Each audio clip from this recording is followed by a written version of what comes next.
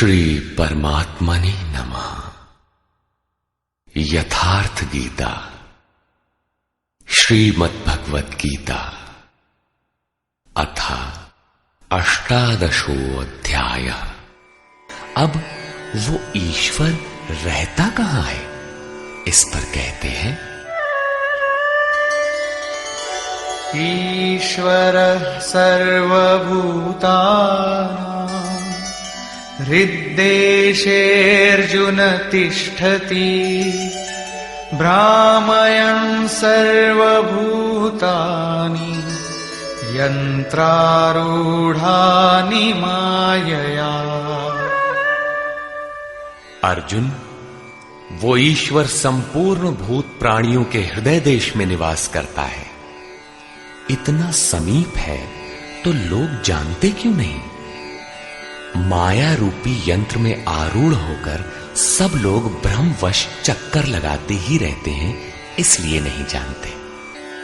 ये यंत्र बड़ा बाधक है जो बार बार नश्वर कलेवरों अर्थात शरीरों में घुमाता रहता है। तो शरण किसकी ले? तमेव शरणं गच्छ सर्वभावेन भारत तत्प्रसादात् परां शान्तिं स्थानं प्राप्स्यसि शाश्वतम्। इसलिए हे भारत, संपूर्ण भाव से उस ईश्वर की जो हृदय देश में स्थित है अनन्य शरण को प्राप्त हो। उनके कृपा प्रसाद से तू परम शांति शाश्वत परम धाम को प्राप्त होगा। अतः ध्यान करना है तो हृदय देश में करें। ईश्वर का निवास स्थान हृदय है। भागवत के चतुश्लोकी गीता का सारांश भी यही है कि वैसे तो मैं सर्वत्र हूं, किंतु प्राप्त होता हूं तो हृदय देश में ध्यान करने से ही। इति ते ज्ञानमाख्यातम् गुह्याद्गुह्यतरं मया विमृश्यैतदशेषेण यथेच्छसि तथा कुरु। इस प्रकार बस इतना ही गोपनीय से भी अति गोपनीय ज्ञान मैंने तेरे लिए कहा है। इस विधि से संपूर्ण रूप से विचार कर, फिर तू जैसा चाहता है वैसा कर। सत्य यही है, शोध की स्थली यही है, प्राप्ति की स्थली भी यही है। किंतु हृदय स्थित ईश्वर दिखाई नहीं देता, इस पर उपाय बताते हैं।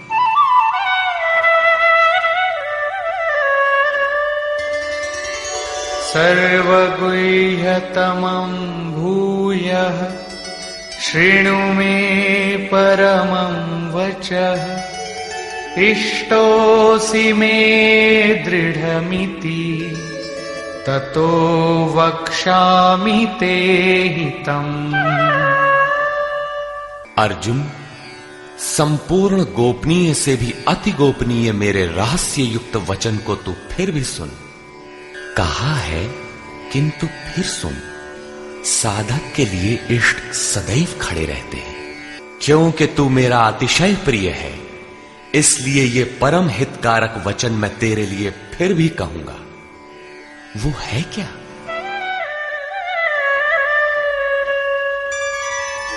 मन्मना भव मद्भक्तो मद्याजी मां नमस्कुरु मामे वैष्यसि सत्यं ते प्रतिजाने प्रियोऽसि मे। अर्जुन, तू मेरे में ही अनन्य मन वाला हो, मेरा अनन्य भक्त हो, मेरे प्रति श्रद्धा से पूर्ण हो, मेरे समर्पण में अश्रुपात होने लगे। मेरे को ही नमन कर। ऐसा करने से तू मेरे को ही प्राप्त होगा, ये मैं तेरे लिए सत्य प्रतिज्ञा करके कहता हूं, क्योंकि तू मेरा अत्यंत प्रिय है। पीछे बताया ईश्वर हृदय देश में है, उसकी शरण में जा। यहां कहते हैं मेरी शरण आ। ये अति गोपनीय रहस्य युक्त वचन सुन कि मेरी शरण आओ। वास्तव में योगेश्वर श्री कृष्ण कहना क्या चाहते हैं? यही कि साधक के लिए सद्गुरु की शरण नितांत आवश्यक है। श्री कृष्ण एक पूर्ण योगेश्वर थे। अब समर्पण की विधि बताते हैं। सर्वधर्मान् परित्यज्य मामेकं शरणं व्रज। अहं त्वा सर्वपापेभ्यो मोक्षयिष्यामि मा शुचः। संपूर्ण धर्मों को त्याग कर, अर्थात मैं ब्राह्मण श्रेणी का करता हूं या शूद्र श्रेणी का, क्षत्रिय हूं अथवा वैश्य, इसके विचार को त्याग कर केवल एक मेरी अनन्य शरण को प्राप्त हो। मैं तुझे संपूर्ण पापों से मुक्त करा दूंगा। तू शोक मत कर। इन सब ब्राह्मण क्षत्रिय इत्यादि वर्णों का विचार न कर कि इस कर्म पथ में किस स्तर का हूं। जो अनन्य भाव से शरण हो जाता है, सिवाय इष्ट के अन्य किसी को नहीं देखता, उसके क्रमशः वर्ण परिवर्तन, उत्थान तथा पूर्ण पापों से निवृत्ति अर्थात मोक्ष की जिम्मेदारी वो इष्ट सद्गुरु स्वयं अपने हाथों में ले लेते हैं। प्रत्येक महापुरुष ने यही कहा। शास्त्र जब लिखने में आ जाता है तो लगता है कि यह सबके लिए है, किंतु है वस्तुतः श्रद्धावान के लिए ही। अर्जुन अधिकारी था, अतः उसे बल देकर कहा। अब योगेश्वर स्वयं निर्णय देते हैं कि इसके अधिकारी कौन है। इदन्ते न तपस्काय न भक्ताय कदाचन न चाशुश्रूषवे वाच्यं न च मां योऽभ्यसूयति। अर्जुन, इस प्रकार तेरे हित के लिए कहे हुए इस गीता के उपदेश को किसी काल में भूल कर भी न तो तप रहित मनुष्य के प्रति कहना चाहिए, न भक्ति रहित के प्रति कहना चाहिए, न बिना सुनने की इच्छा वाले के प्रति कहना चाहिए। और जो मेरी निंदा करता है, ये दोष है, वो दोष है, इस प्रकार झूठी आलोचना करता है, उसके प्रति भी नहीं कहना चाहिए। महापुरुष ही तो थे जिनके समक्ष स्तुतिकर्ताओं के साथ साथ कतिपय निंदक भी रहे होंगे। इनसे तो नहीं कहना चाहिए, किंतु प्रश्न स्वाभाविक है कि कहा किससे जाए। इस पर देखें।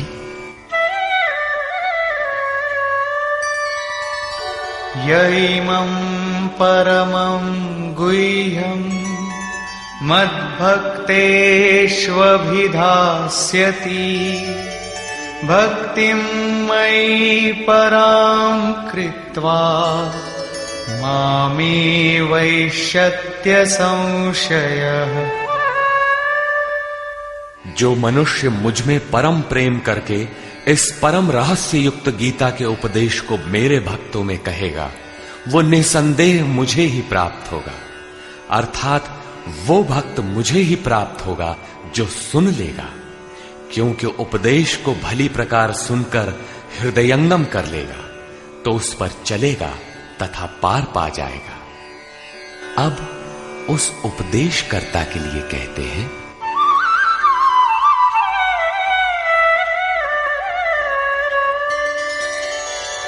न च तस्मान् मनुष्येषु कश्चिन्मे प्रियकृत्तमः भविता न च मे तस्माद् अन्यः प्रियतरो भुवि।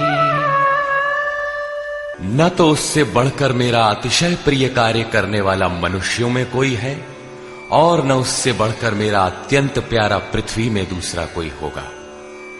किससे? जो मेरे भक्तों में मेरा उपदेश करेगा, उनको उधर उस पथ पर चलाएगा, क्योंकि कल्याण का यही एक स्रोत है, राजमार्ग है। अब देखें अध्ययन।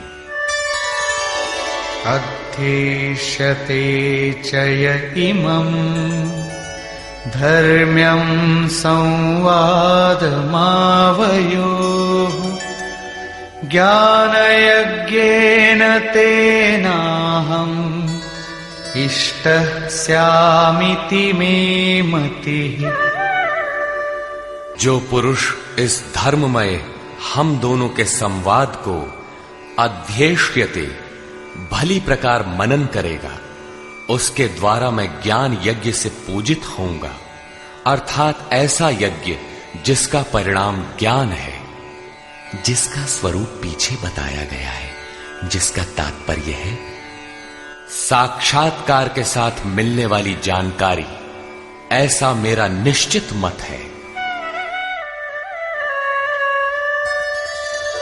श्रद्धावाननसूयश्च शृणुयादपि यो नरः सोऽपि मुक्तः शुभान् लोकान् प्राप्नुयात् पुण्यकर्मणाम्। जो पुरुष श्रद्धा से युक्त और ईर्ष्या रहित होकर केवल सुनेगा, वो भी पापों से मुक्त हुआ उत्तम कर्म करने वालों के श्रेष्ठ लोकों को प्राप्त होगा। अर्थात करते हुए भी पार न लगे तो सुना भर करें।